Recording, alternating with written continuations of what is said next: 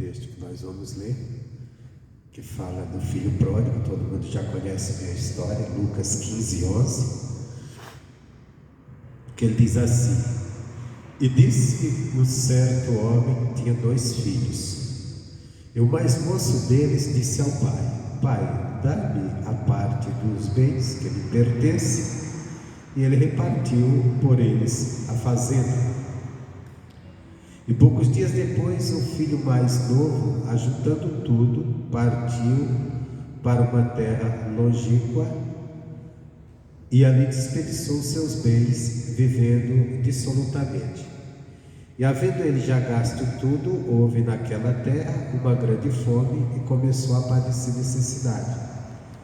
E foi e chegou-se a um dos anciões daquela terra, o qual mandou para os seus campos apacentar porcos, e desejava saciar o seu estômago com as bolotas que os porcos comiam, porém ninguém lhe dava nada.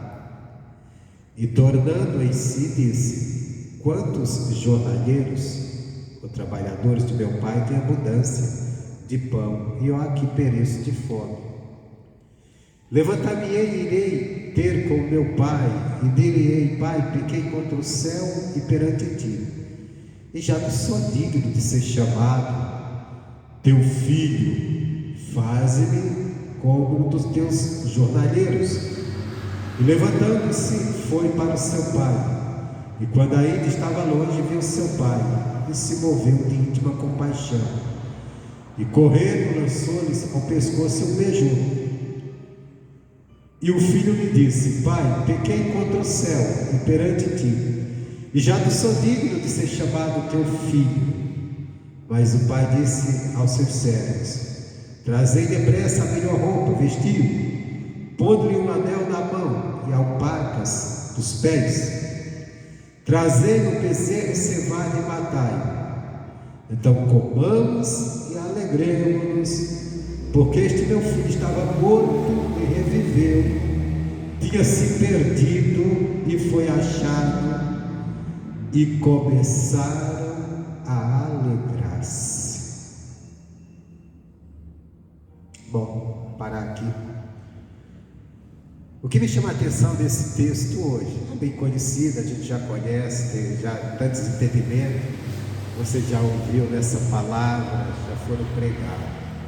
Mas primeiro nós temos que entender que aqui Jesus está contando uma parábola e comparando aqui os filhos de Deus com duas pessoas aqui, porque o pai aqui representa Deus, esse fazendeiro aqui está representando Deus, e os filhos representam cristãos, pessoas de Deus, os filhos de Deus. O mais novo, que tinha consciência de que tudo que o pai tinha, ele tinha como herança, e ele pediu sua herança. E o mais velho, que era aquele que estava sempre do lado do pai, servindo o pai, não desobedecia, fazia tudo, mas ele não tinha tanta consciência do que o pai tinha para ele. Isso representa 2 tipos de cristão: um cristão que sabe o que Deus tem para ele, que sabe que o que é de Deus é dele porque ele é filho, e o outro que está servindo a Deus, obediente, mas não tem esse conhecimento. Depois nós vemos na fala do filho mais velho, ele diz: eu nunca te deixei, sempre te servi, nunca transgredi o teu mandamento. Era um filho fiel, era um filho bondoso. No entanto, ele não tinha consciência do que o que era pai era dele. Ele disse: tu nunca me deste nada, nunca me deste nem um boi para me alegrar, cabrito para me alegrar com meus amigos, e a esse que desperdiçou teus bens, tu abate o boi para fazer festa, porque ele voltou. E o pai disse: mas você sempre esteve comigo, tudo que eu tenho é teu. Isso, ele pegou porque não quis. Isso representa um tipo de cristão, né? Que é temente, é obediente, mas não toma posse da bênção de Deus, porque ele acha que não é dele. E Deus nos tornou em Cristo Jesus filhos e herdeiros. Mas não é isso que eu quero falar. Eu quero falar da fala do pai quando ele recebe o filho transgressor, o filho que se afastou de casa. Porque entenda bem,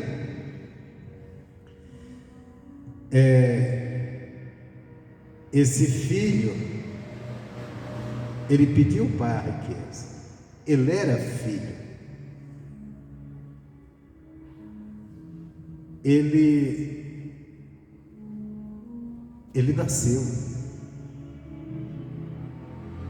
nasceu, cresceu na casa do pai, mas ele se afastou. E quando ele volta, as palavras do pai são estas. Olha só, duas coisas que o pai fala. Versículo 24. Porque este meu filho estava morto e reviveu, tinha se perdido e foi achado. Sabe o que me chamou a atenção aqui?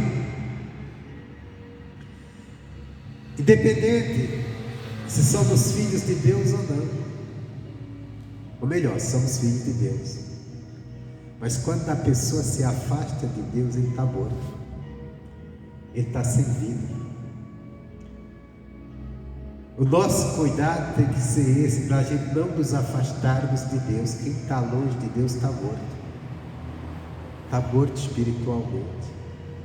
Às vezes a gente acha que os mortos espiritualmente são aqueles que ainda não aceitaram Jesus. Não, esses nem nasceram ainda.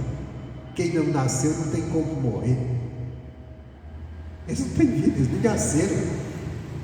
Estou falando, nasceu para Deus, né? Nasceu como a palavra diz lá em João, capítulo 1, versículo 12, que é aqueles que não nasceram da carne, nem do sangue, mas nasceram da sua fé em Cristo, da vontade de Deus, que é o nascimento que nós estamos falando aqui. Isso me chamou muita atenção. Ele disse, esse meu filho estava morto. Quer dizer, do dia que ele saiu da casa do pai, do dia que ele abandonou a casa do pai, foi considerado como morto. E esse camarada representa o cristão, quando ele sai da presença de Deus, quando ele sai debaixo da autoridade do pai. Humanamente ele está vivo, mas espiritualmente ele está morto. Isso é coisa séria, irmão. Por quê? Porque a vida em nós é Cristo. Mas se nós abandonarmos Deus, essa vida sai de nós. Porque Cristo não pode habitar em um templo sujo, contaminado pelas coisas do mundo. Nós temos que tomar muito cuidado com isso. Eu tenho que tomar cuidado, você tem que tomar cuidado, todos nós. E quantas pessoas, irmãos, às vezes até pessoas falam, quanto eu já vi, às vezes pessoas falar, às vezes mãe falar dos filhos, ou alguém falar de alguém da família, estava na igreja, era uma bênção na igreja, mas hoje está fora, hoje não quer nada, se distanciou, essa pessoa está morta, precisa voltar à vida.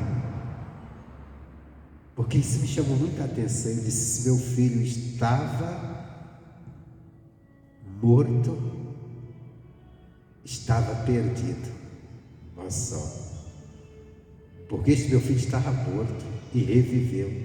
Quando é que a pessoa revive? Quando volta para Deus. Ele não está falando aqui de algo que não existe, está falando de alguém que nasceu, que é a filha dele. Mas à medida que saiu da casa do pai, que foi viver uma vida pecaminosa, uma vida errada, estava morto. E por que estava morto? Vamos colocando aqui, falando do cristão. O cristão, ele aceitou Jesus, está andando com Cristo, aí de repente se desencaminha para o caminho do pecado, do erro. Se ele morrer naquele momento, ele vai perder a salvação, está morto. Está morto.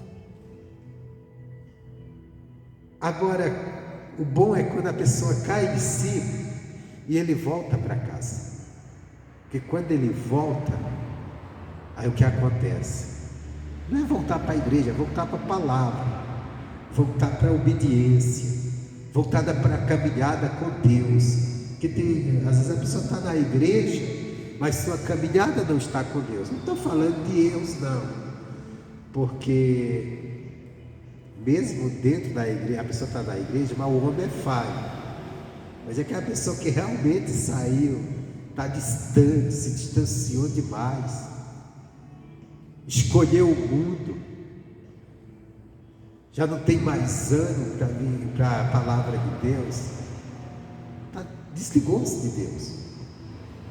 E alguns estão desgatando que já nem na igreja vem mais, não tem mais prazer para isso. Está morto, precisa voltar, precisa retornar para os caminhos de Deus, para que receba a vida. Ele disse: olha, esse meu filho, era o filho dele. Um dia aquele rapaz tinha nascido. Ele disse: mas ele estava morto e reviveu. Isso quer dizer que qualquer caminho que você tomar, para onde você correr, se você saiu de debaixo da autoridade de Deus, você está morto. Eu, você, todos nós. Nós só temos vida quando nós estamos na palavra, quando nós estamos unidos a Deus. Por isso que Paulo diz: a vida que eu vivo hoje, não vivo eu mesmo, já não sou mais eu que vivo, é Cristo que vive em mim, porque é Cristo em nós que nos dá vida. Mas se Ele não tem lugar para nós, o que é Cristo em nós? A palavra dele, nos governando, nos dominando. Hoje eu dei até uma palavrinha hoje, coloquei no grupo, apenas um áudio. Eu estava falando, me chamando isso aqui, disse alegrai, Jesus disse: alegrai-vos, foi do agrado do Pai dar-vos o reino. Quer dizer, Deus, Ele se agradou e nos dá o reino. O que é que dá o reino? Nos dá a autoridade para a gente dominar, para a gente governar. Governar o quê? Governar nossa alma, para que ela não se renda ao pecado.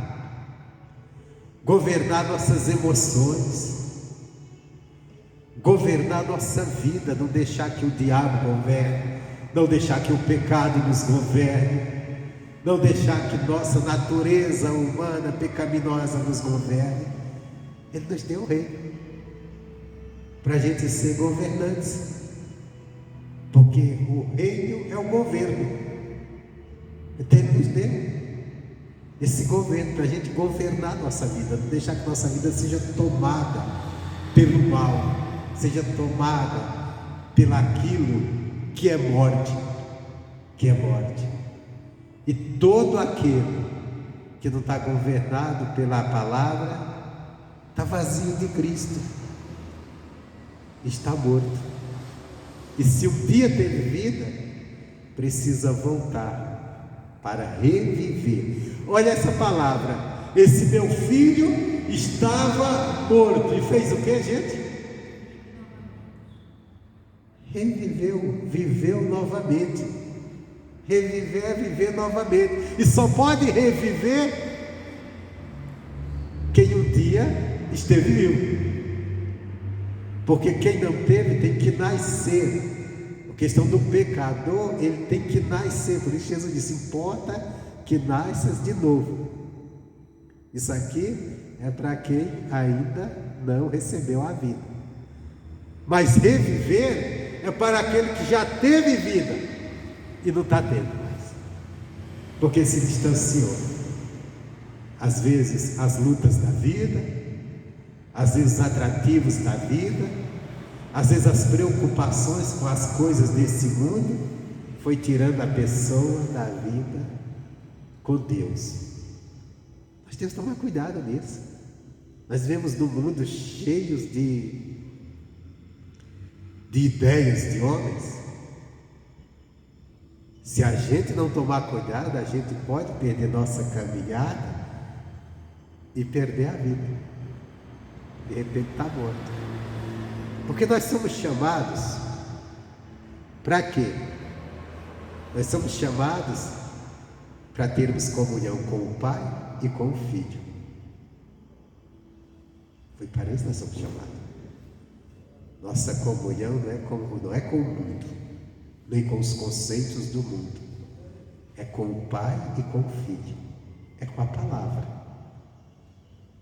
Nós só estamos em comunhão com o Pai e com o Filho quando estamos na palavra. Jesus deixou bem claro isso, né? Que se a gente o amássemos, Ele, o Pai, viria e faria morada em nós.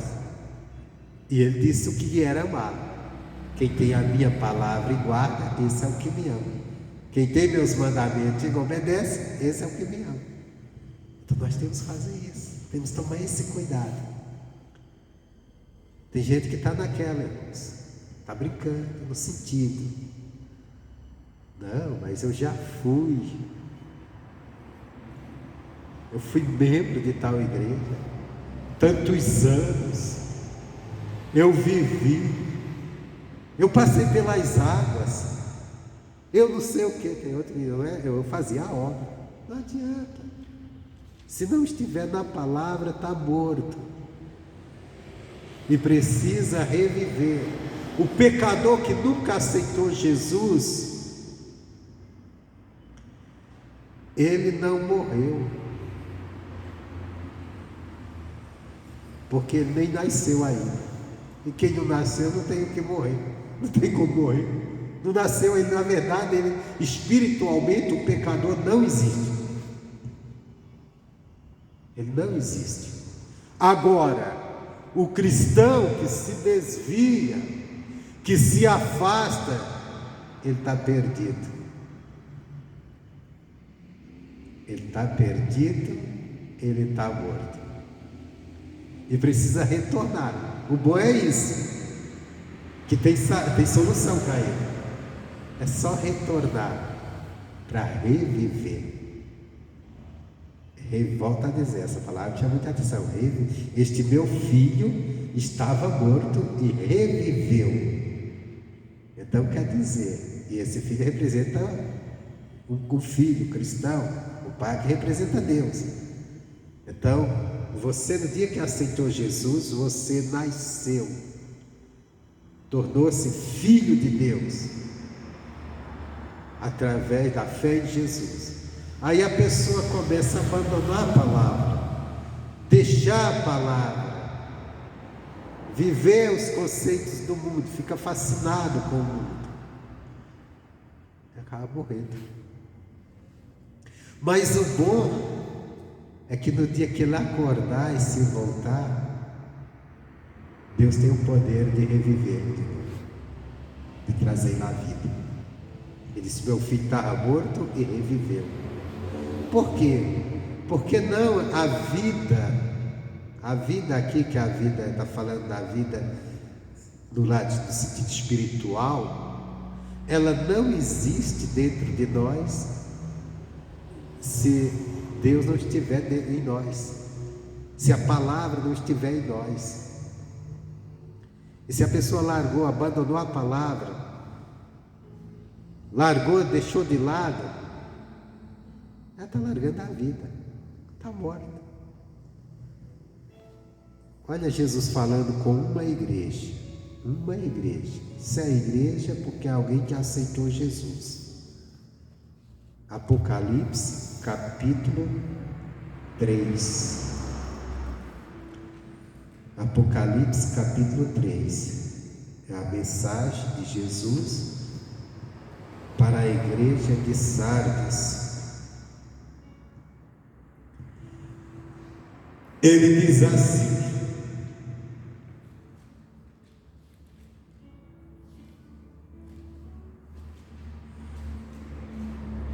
e ao anjo da igreja que está em Sardes, escreve: isto diz o que tem os 7 Espíritos de Deus e as 7 estrelas.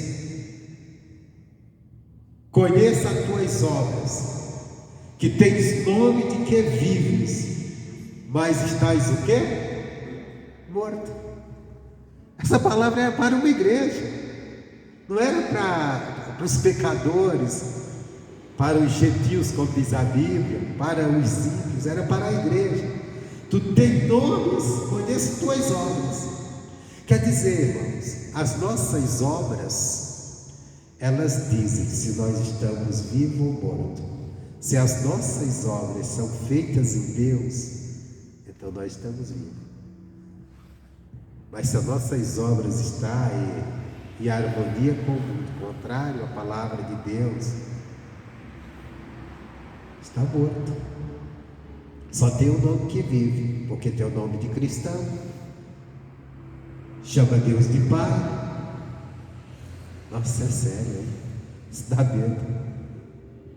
A gente tem que tomar cuidado. Por isso que o caminho é o temor mesmo. Respeito a palavra de Deus. Aí de ser vigilante, confirma o restante que estava para morrer, porque não achei as tuas obras perfeitas diante de Deus. Está aqui, as obras estavam, a maneira como essa igreja estava andando.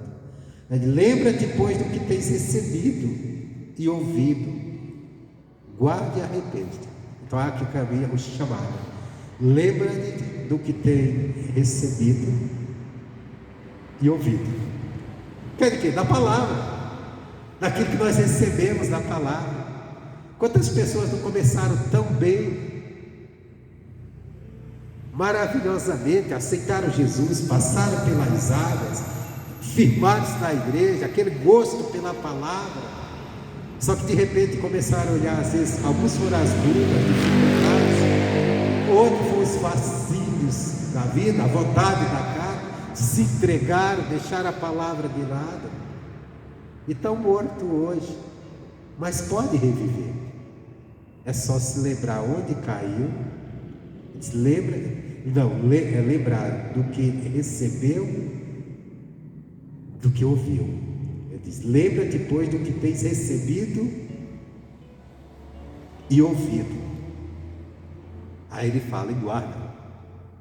Onde deixou de guardar, volta a guardar. Guardar quer dizer obedecer, fazer o que está.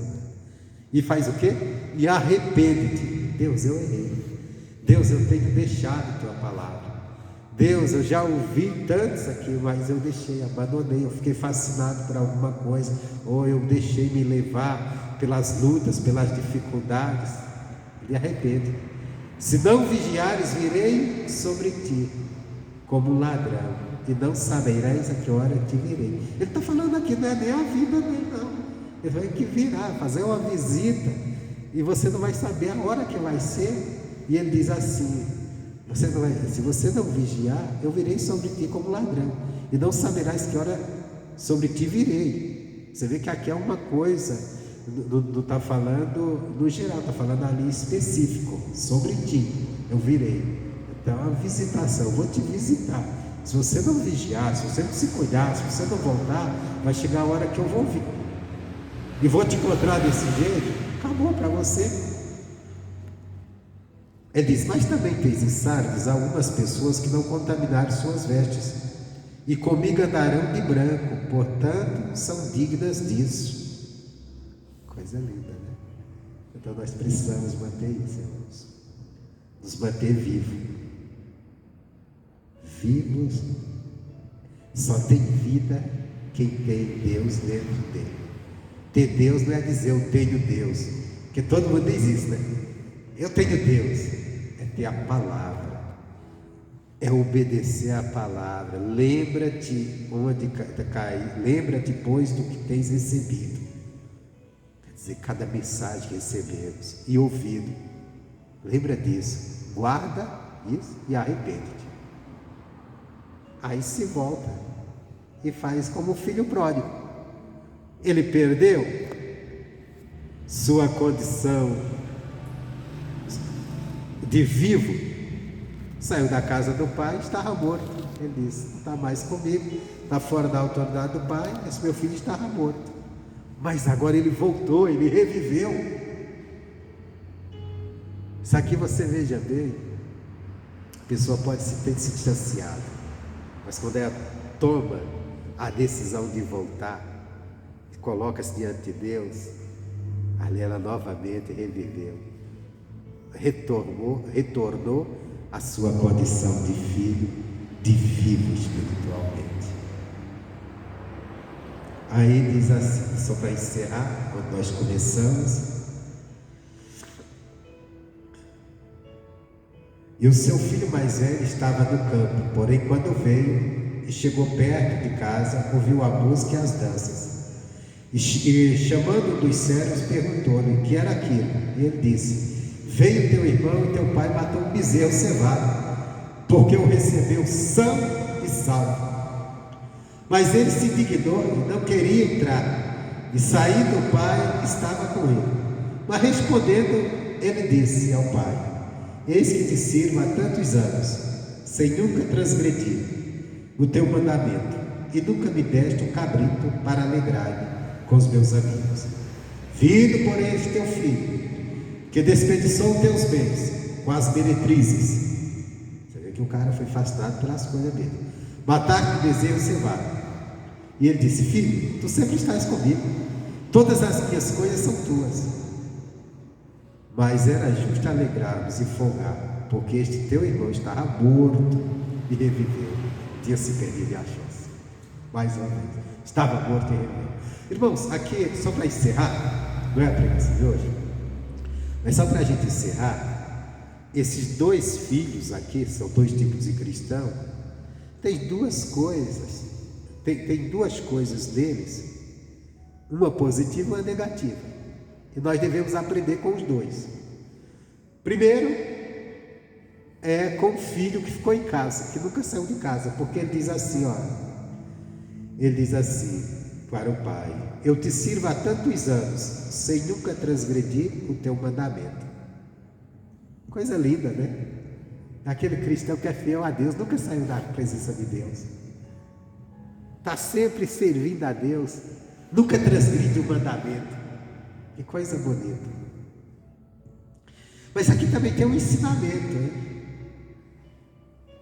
A pessoa pode não transgredir o mandamento de Deus, ser fiel em tudo, mas não está desfrutando como deveria.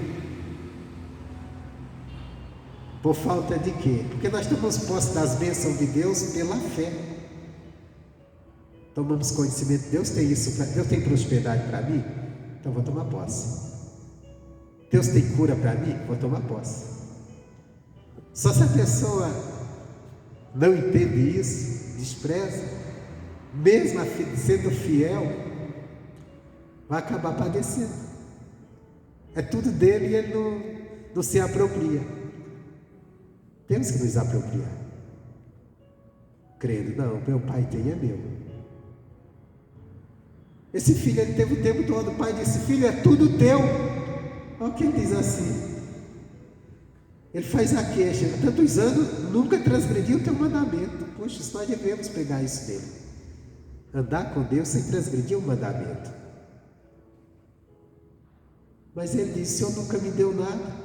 Quer dizer, ele não estava desfrutando dessa comunhão com o pai, do que o pai tinha para ele, porque ele achava que não era dele, achava que era do pai. Ele estava igual aquele leproso que chegou diante de Jesus e disse assim: olha, se tu queres, tu pode me curar. Ele sabia que Jesus podia, mas não sabia que Jesus queria. Nós temos que saber que Deus quer nos abençoar, Ele quer. E o pai, o que é a resposta do pai? Ele diz: filho, olha que lindo, cara, isso, filho, tu sempre estás comigo. Aí ele fala: todas as minhas coisas são tuas. Quer dizer, nós não temos que ter acanhamento, nós não temos que ter nenhum acanhamento de tomar posse da bênção de Deus. A Bíblia diz que a terra está cheia da bondade de Deus, então eu quero desfrutar dessa bondade.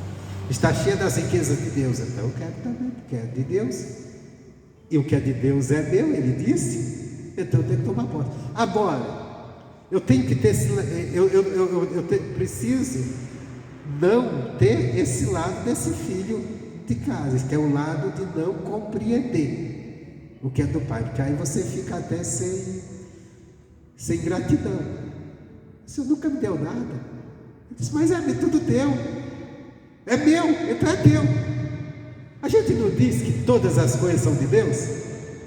A Bíblia diz que a terra, olha só, a Bíblia diz que a terra e toda a sua plenitude e tudo que há nela pertence a Deus. Que a terra está cheia das riquezas de Deus.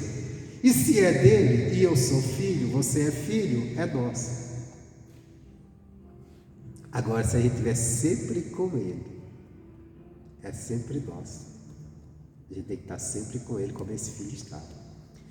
O outro, o que nós aprendemos com o outro, com o pródigo, nós primeiro aprendemos a não fazer o que ele fez, abandonar a casa do pai, sair de debaixo da autoridade do pai, querer ser rebelde, viver por conta própria. Não, tem que viver por conta, eu tenho que viver na obediência à palavra.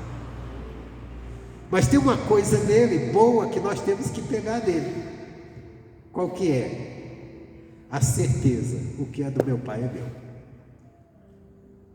Porque ele disse: pai, pega metade da fazenda aí que é minha e me dá. Então, ele tinha uma certeza, o que é do meu pai é meu. Nós temos que ter essa certeza, porque Deus mesmo disse: o que é meu é vocês, o que é meu é de vocês, é seu. Quando ele pediu, o pai lhe disse: não, não dou não. Ele disse: toma, é teu. Aí ele foi e gastou tudo, o erro aí. Agora imagina o filho obediente, se também ele tivesse essa compreensão, o quanto ele ia servir, porque ele estava servindo o pai aqui, mas ele estava cansado de servir, pelas palavras dele. Ele diz assim: olha,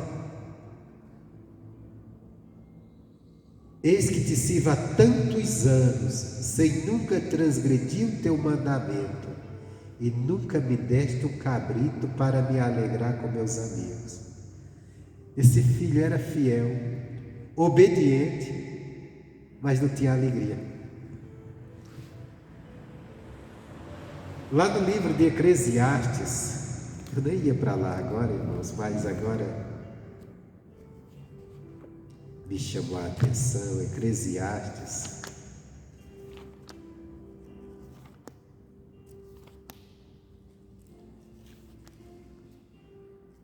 Meu Deus, agora, deixa eu ver se eu me encontro aqui, se eu lembro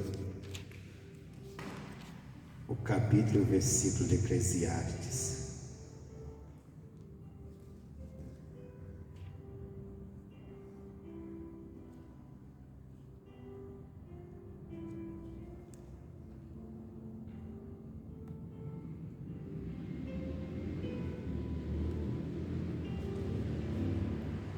Eclesiastes, no capítulo 6, meu Deus, capítulo 6,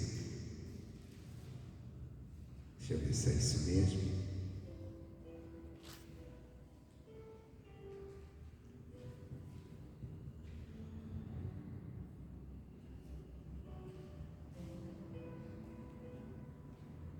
deixa eu ver se é isso aqui, gente.